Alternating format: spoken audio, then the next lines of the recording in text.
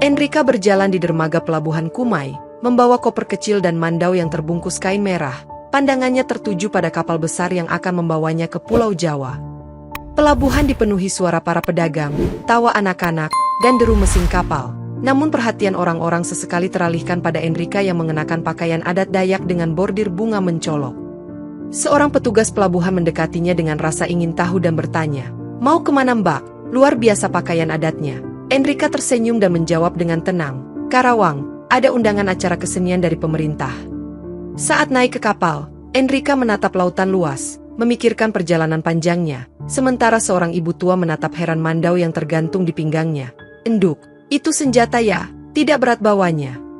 "Ini warisan leluhur Bu," jawab Enrika sambil tersenyum kecil, membetulkan selempang kuning di pinggangnya sebelum duduk di dek kapal. Di tengah perjalanan, seorang pria muda yang duduk di dekatnya bertanya dengan nada kagum, "Dari mana Mbak? Pakaian ini bikin saya penasaran." Enrika menjelaskan asal-usul pakaian adatnya sambil menyebutkan perannya sebagai duta seni. Malamnya, ketika kapal bergoyang diterpa ombak, seorang anak kecil menangis ketakutan, dan Enrika menghampirinya sambil berkata, "Tenang, Dik, ombak ini hanya angin yang bermain dengan laut." Setelah menenangkan anak itu, ia kembali ke tempat duduknya dan menyempatkan untuk membaca undangan resmi yang menjadi alasannya menuju Karawang. Kapal akhirnya merapat di Pelabuhan Tanjung Priok, Jakarta, di mana hiruk-pikuk pelabuhan metropolitan menyambutnya, kontras dengan suasana tenang Kalimantan. Ia naik bus menuju Karawang, siap menghadapi tugas besar membawa tradisi Dayak ke panggung nasional. Terminal Karawang dipenuhi kebisingan kendaraan, suara klakson, dan teriakan calo yang menawarkan tiket, menciptakan suasana kacau yang penuh energi liar. Di sudut terminal, Wiro Ludro berdiri dengan tubuh penuh tato, mengenakan jaket kulit lusuh, menghisap rokok sambil memperhatikan lalu lintas orang-orang. "Bos, itu orang baru," ujar salah satu anak buahnya sambil menunjuk seorang pedagang. Namun Wiro hanya mengangguk sambil berkata pelan, "Pastikan dia bayar sewa, jangan sampai main curang."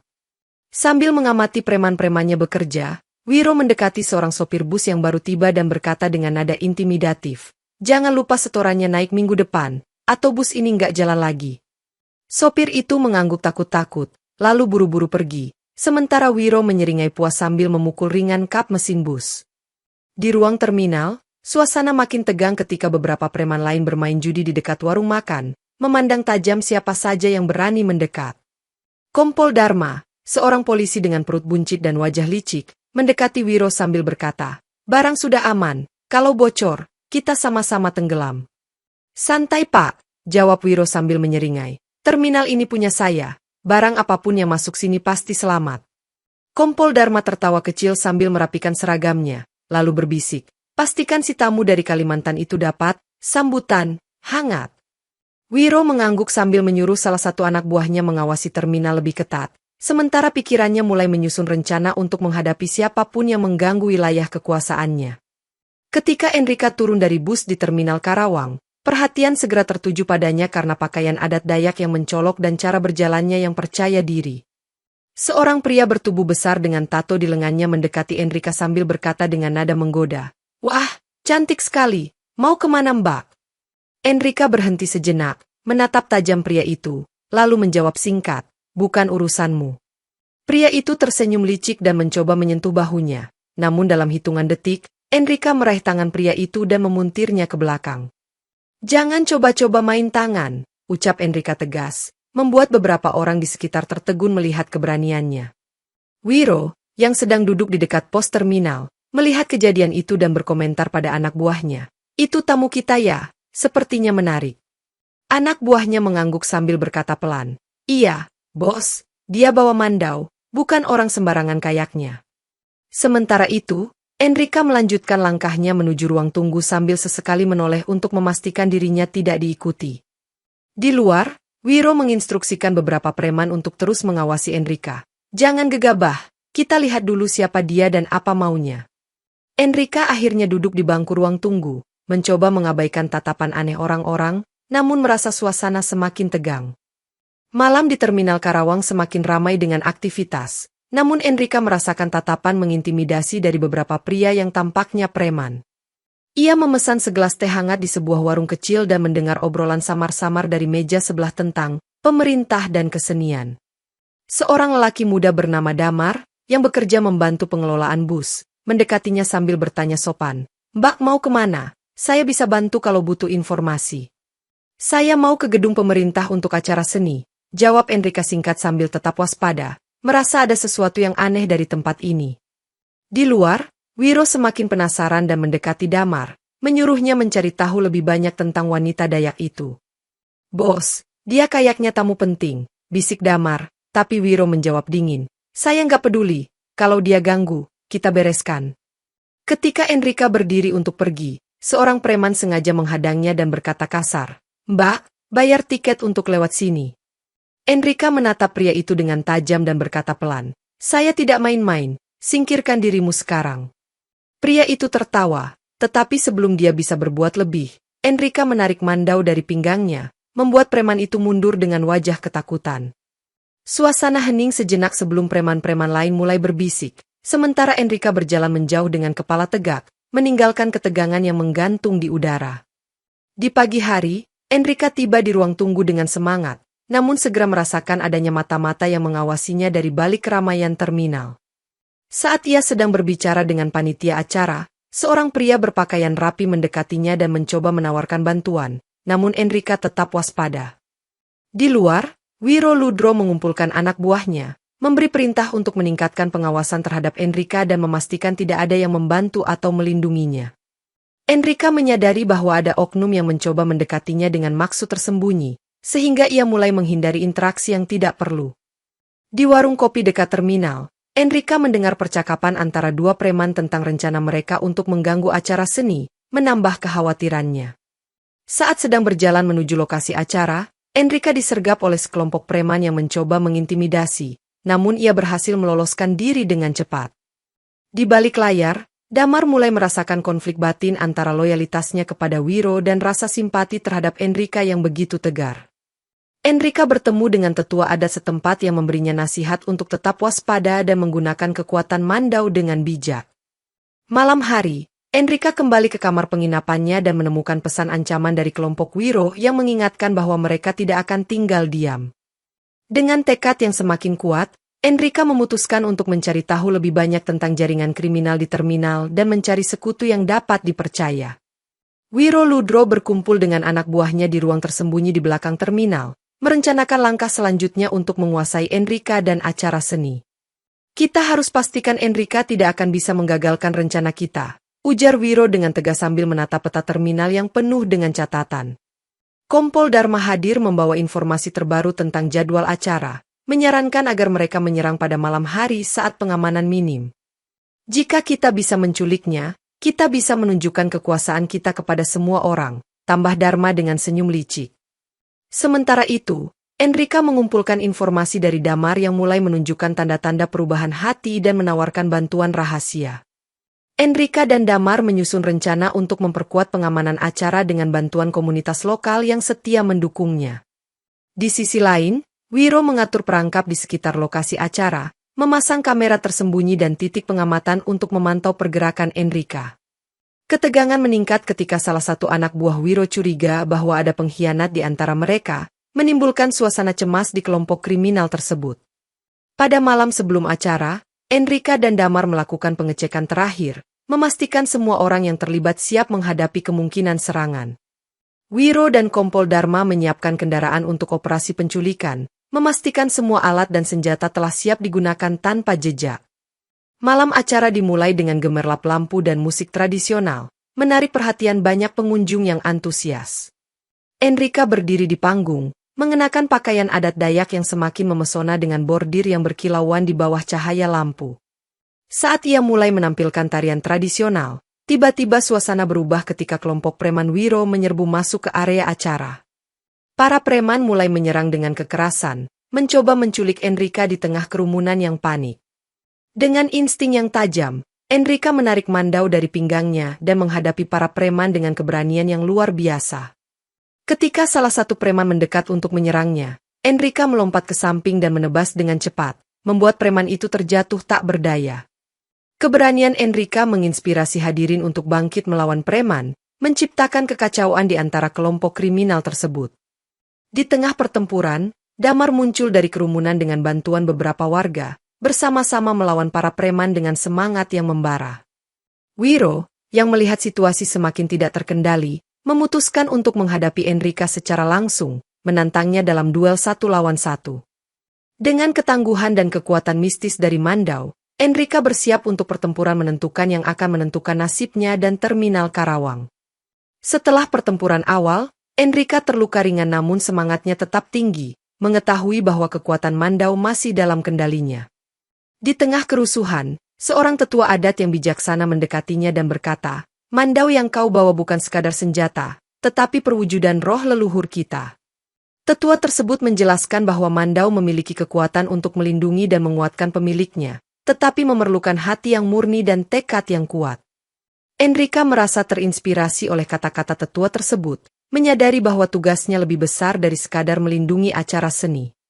Sementara itu, Wiro yang masih marah dan terpancing perasaan kalah, mendekati Enrika dengan tatapan penuh dendam. "Kau pikir Mandau itu bisa mengalahkan kami? Kami akan menunjukkan kepadamu apa arti sebenarnya dari kekuatan jalanan," ucap Wiro dengan marah. Enrika menatap Wiro dengan tenang, menjawab, "Kekuatan sejati bukan tentang menakuti, tetapi melindungi yang lemah dan menghormati tradisi." Mereka berdua bersiap untuk bertarung, sementara penonton yang masih ada menyaksikan dengan napas tertahan, menunggu hasil dari duel epik ini. Dengan satu gerakan cepat, Enrika menyerang Wiro, menggunakan kecepatan dan ketangkasan yang diberikan oleh Mandau untuk menghindari serangan-serangan brutalnya. Pertarungan berlangsung sengit, namun Enrika merasakan aliran energi dari Mandau yang membantunya mengatasi setiap serangan Wiro dengan elegan dan efektif. Di tengah pertempuran, Damar melihat Wiro berusaha menggunakan trik kotor untuk menjatuhkan Enrika, menyadari bahwa ini adalah momen kritis. Dengan cepat, Damar mengambil sebuah bom asap dan melemparkannya ke arah preman-preman Wiro, menciptakan kabut tebal yang mengaburkan pandangan. Kesempatan ini dimanfaatkan Enrika untuk memberikan serangan balik yang kuat, memaksa Wiro mundur sementara kerumunan mulai berlarian menuju pintu keluar. Namun, di balik asap, Damar diam-diam mengambil informasi penting dari tangan salah satu preman, menunjukkan bahwa ia sebenarnya bekerja ganda. Enrika, yang melihat tindakan Damar, menyadari bahwa ia membutuhkan bantuan lebih untuk mengalahkan Wiro dan kelompoknya. Sementara itu, Wiro yang masih marah, menemukan diri di tengah asap dan mencoba mencari Enrika, tetapi terhalang oleh kerumunan yang panik. Damar muncul dari balik asap bersama beberapa warga yang telah bergabung untuk membantu Enrika, memberikan kekuatan baru dalam pertempuran. "Kita tidak akan biarkanmu menguasai terminal ini lagi, Wiro," ujar Damar dengan tegas, berdiri di samping Enrika. Enrika dan Damar bersama-sama menyerang Wiro dengan koordinasi yang sempurna, memanfaatkan kekuatan dan dukungan komunitas. Akhirnya, Wiro terpojok dan tak berdaya, menyadari bahwa kekuatan jalanan tidak dapat mengalahkan keberanian dan persatuan Enrika dan warga. Setelah kekalahan Wiro, Enrika dan Damar segera menyadari bahwa ancaman belum sepenuhnya hilang, terutama dari Kompol Dharma yang masih bebas. Mereka memutuskan untuk menyusun rencana lebih matang untuk membongkar jaringan kriminal dan mengungkap keterlibatan oknum polisi korup tersebut. Enrika menghubungi tetua adat untuk mendapatkan restu dan bantuan spiritual dalam perjuangan mereka melawan kejahatan. Damar mengumpulkan bukti-bukti penting dari preman-preman yang telah diinterogasi, termasuk rekaman komunikasi rahasia dengan Kompol Dharma. Bersama-sama, mereka mengadakan pertemuan dengan pemimpin komunitas lokal, membahas strategi untuk menggulingkan pengaruh kriminal di terminal. Enrika memimpin tim kecil yang terdiri dari warga yang loyal dan berpengalaman dalam keamanan, memastikan setiap langkah terencana dengan baik. Mereka mulai melakukan pengintaian terhadap kegiatan Kompol Dharma, mengamati rutinitas dan mencari celah untuk mengumpulkan lebih banyak bukti. Di balik layar, Kompol Dharma yang merasa terancam mulai merencanakan serangan balik untuk menghentikan Enrika dan Damar. Suasana semakin tegang ketika beberapa saksi mulai mundur karena takut akan pembalasan, namun Enrika tetap gigih mencari keadilan. Dengan dukungan penuh dari komunitas dan tekad yang tidak tergoyahkan, Enrika dan Damar bersiap untuk menghadapi tantangan terbesar mereka dalam membongkar kejahatan di terminal. Damar merasa semakin terbagi antara kesetiaannya kepada Wiro yang telah menjadi bagian dari hidupnya dan keinginannya untuk melakukan hal yang benar bersama Enrika. Suatu malam, Damar bermimpi tentang masa lalunya yang kelam bersama Wiro, mengenang saat-saat sulit yang membuatnya sulit melepaskan masa lalu. Di tengah kebingungan, Damar berbicara dengan Enrika tentang keraguannya, berharap mendapatkan pencerahan dan dukungan. Enrika mendengarkan dengan penuh pengertian, meyakinkan Damar bahwa setiap orang berhak mendapatkan kesempatan kedua dan perubahan. Damar mulai menyadari bahwa ia telah melakukan kesalahan dengan terlibat dalam jaringan kriminal dan bahwa ia bisa memperbaikinya bersama Enrika. Ketegangan meningkat ketika Wiro mengetahui bahwa Damar mulai menunjukkan tanda-tanda pengkhianatan, membuatnya semakin waspada. Dalam upaya untuk memperbaiki hubungannya dengan Enrika, Damar memberikan informasi penting tentang rencana Kompol Dharma untuk menyerang mereka.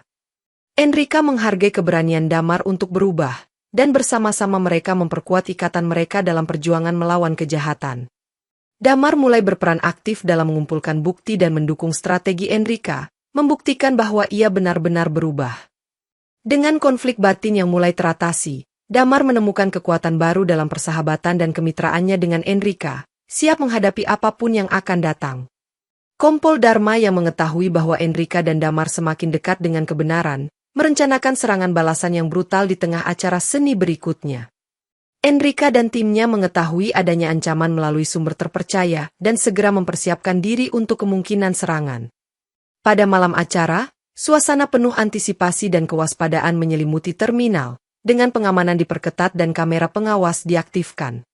Saat pertunjukan dimulai, preman-preman yang disewa oleh Kompol Dharma mulai menyebar di sekitar lokasi, siap menyerang kapan saja. Di tengah penampilan, ledakan kecil mengguncang panggung, memicu kekacauan dan panik di antara para pengunjung. Enrika segera menarik Mandau dari pinggangnya, menginstruksikan timnya untuk melindungi penonton dan menghadapi para penyerang. Dengan kecepatan dan kecerdikan, Enrika dan Damar bekerja sama untuk mengatasi serangan, memanfaatkan setiap celah untuk melumpuhkan musuh. Meskipun terluka oleh salah satu serangan, Enrika tetap teguh dan memimpin timnya dengan ketenangan yang menginspirasi. Di tengah pertempuran, beberapa warga bergabung dengan Enrika, menunjukkan solidaritas mereka dalam menghadapi ancaman bersama. Akhirnya, serangan berhasil digagalkan, dan Kompol Dharma serta para premannya ditangkap oleh pihak berwenang berkat bukti yang dikumpulkan oleh Enrika dan timnya. Setelah serangan balasan, Kompol Dharma merasa posisinya semakin rapuh dan mulai panik mencari cara untuk menyelamatkan dirinya dari kejaran hukum.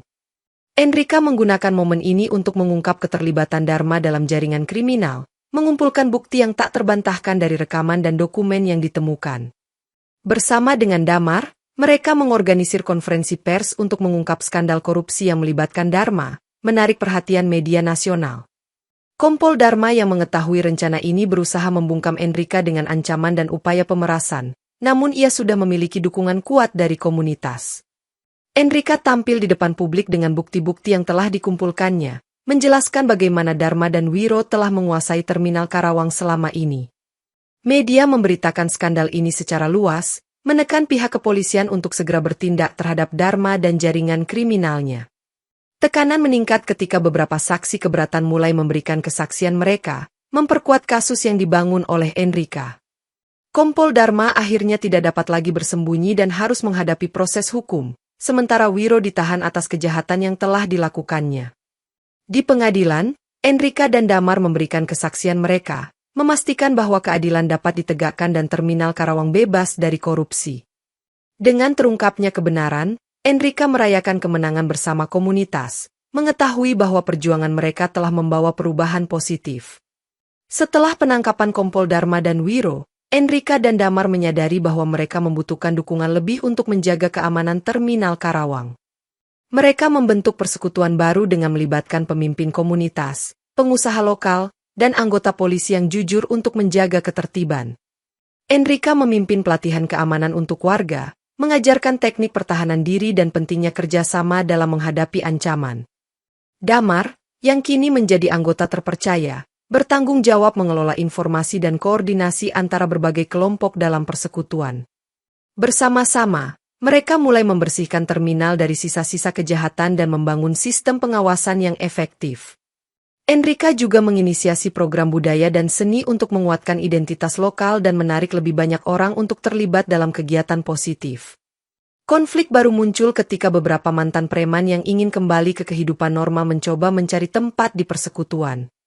Enrica dengan bijaksana memberikan kesempatan kedua bagi mereka yang benar-benar ingin berubah, memperkuat ikatan komunitas. Sementara itu, beberapa anggota lama dari jaringan kriminal mencoba mengganggu usaha persekutuan, namun mereka berhasil diatasi dengan strategi yang matang. Persekutuan baru ini menjadi simbol persatuan dan kekuatan komunitas, memastikan bahwa Terminal Karawang tetap aman dan harmonis. Pada malam penentuan, Enrica dan Damar mengadakan rapat darurat setelah menerima informasi bahwa ada kelompok baru yang berencana merusak terminal. Informasi tersebut berasal dari seorang informan yang mengetahui bahwa kelompok tersebut dipimpin oleh mantan preman yang tidak puas dengan perubahan di terminal. Enrica memimpin timnya untuk melakukan patroli malam, memastikan setiap sudut terminal terjaga dan siap menghadapi ancaman. Saat tengah malam, kelompok penyerang mulai menyerbu terminal dengan kekuatan yang lebih besar dan senjata yang lebih modern. Enrica dan Damar segera memerintahkan tim untuk mengerahkan strategi pertahanan, memanfaatkan setiap celah untuk menghadapi serangan. Pertempuran sengit terjadi di beberapa titik terminal, dengan Enrica menggunakan mandau dan keterampilan bertarungnya untuk melumpuhkan musuh. Damar memimpin tim untuk mengamankan area kritis, memastikan bahwa tidak ada kerusakan parah terjadi pada infrastruktur terminal. Di tengah kekacauan, Enrica menemukan pemimpin kelompok penyerang yang ternyata adalah mantan preman yang pernah bertarung dengannya. Dengan perasaan campur aduk, Enrica menghadapi mantan musuhnya dalam duel yang menentukan nasib terminal dan komunitas. Setelah pertarungan yang melelahkan, Enrica berhasil mengalahkan pemimpin tersebut, mematahkan semangat kelompok penyerang dan memastikan kemenangan bagi komunitas. Setelah mengalahkan pemimpin kelompok penyerang, Enrica merasa ada sesuatu yang belum selesai, mengetahui bahwa ancaman sebenarnya masih ada. Damar memberitahukan bahwa ada sindikat kriminal yang lebih besar di balik semua serangan, yang memiliki kekuatan dan sumber daya lebih luas. Enrica memutuskan untuk melakukan penyelidikan mendalam, menggunakan semua koneksi dan informasi yang telah dikumpulkannya. Dalam penyelidikan tersebut, Enrica menemukan bahwa sindikat tersebut memiliki jaringan yang tersebar di berbagai kota, termasuk keterlibatan pejabat tinggi. Sementara itu, Damar menemukan bahwa salah satu anggota teratas sindikat tersebut adalah pejabat yang pernah melindungi Kompol Dharma. Enrica menyusun rencana untuk menyusup ke dalam jaringan sindikat tersebut, mencari bukti yang akan mengungkap semua kejahatan mereka.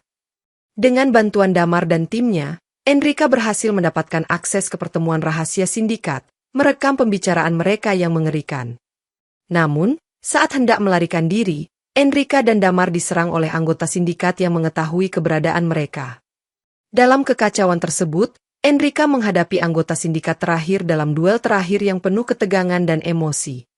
Dengan kekuatan mandau yang semakin kuat dan semangat yang tak tergoyahkan, Enrica berhasil mengalahkan anggota sindikat tersebut, menandai akhir dari perjuangan panjangnya. Dengan bukti yang telah dikumpulkan selama penyelidikan, Enrica dan Damar mengatur pertemuan dengan media nasional untuk mengungkap skandal besar sindikat kriminal.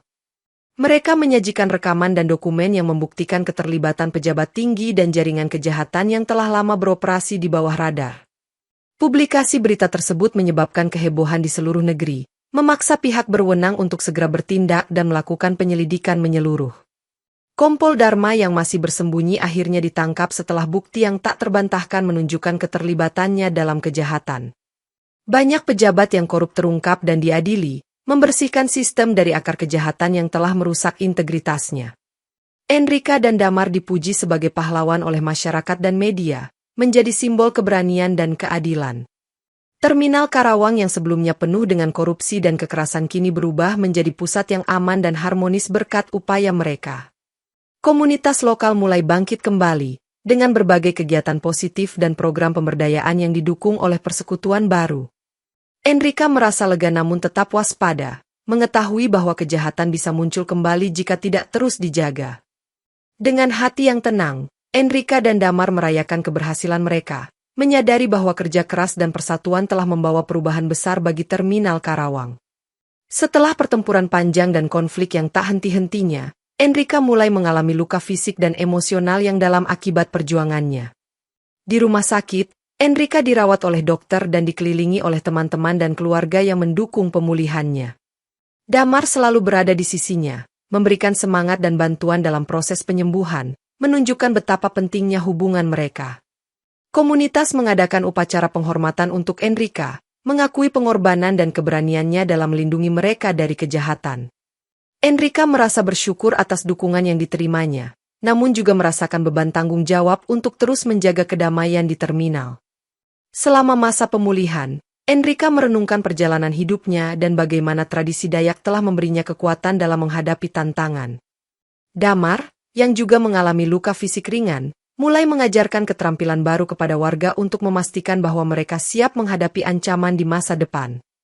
Enrica memutuskan untuk melibatkan lebih banyak program budaya dan pendidikan di terminal, menguatkan identitas lokal dan mencegah keruntuhan moral.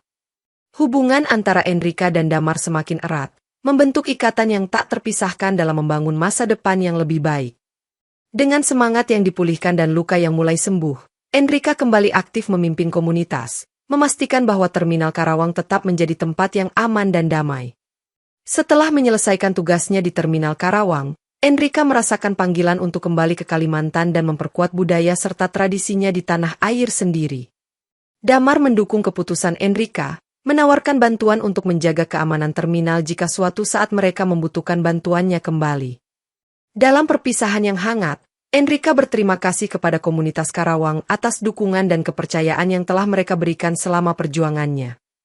Ia naik kapal laut kembali ke Kalimantan, membawa serta kenangan indah dan pelajaran berharga dari pengalaman di terminal. Di perjalanan pulang, Enrica merenungkan betapa pentingnya menjaga identitas budaya sambil beradaptasi dengan perubahan zaman. Setibanya di kampung halamannya, Enrica disambut oleh keluarga dan tetua adat yang bangga atas prestasinya di Karawang. Ia segera memulai berbagai program pemberdayaan budaya, mengajarkan generasi muda tentang pentingnya melestarikan tradisi Dayak.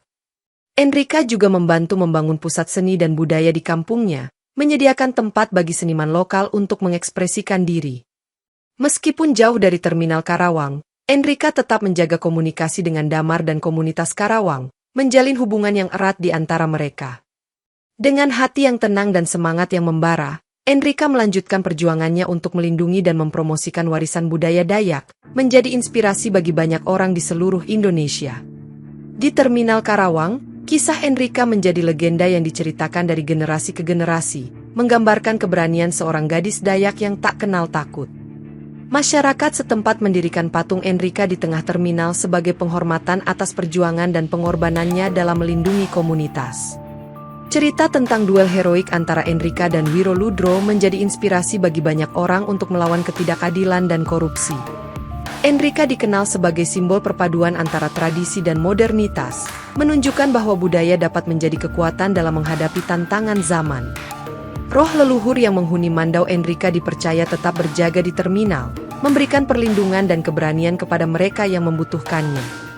Festival tahunan di Terminal Karawang kini diperingati sebagai Hari Enrica, dengan pertunjukan seni dan budaya yang merayakan kemenangan mereka atas kejahatan.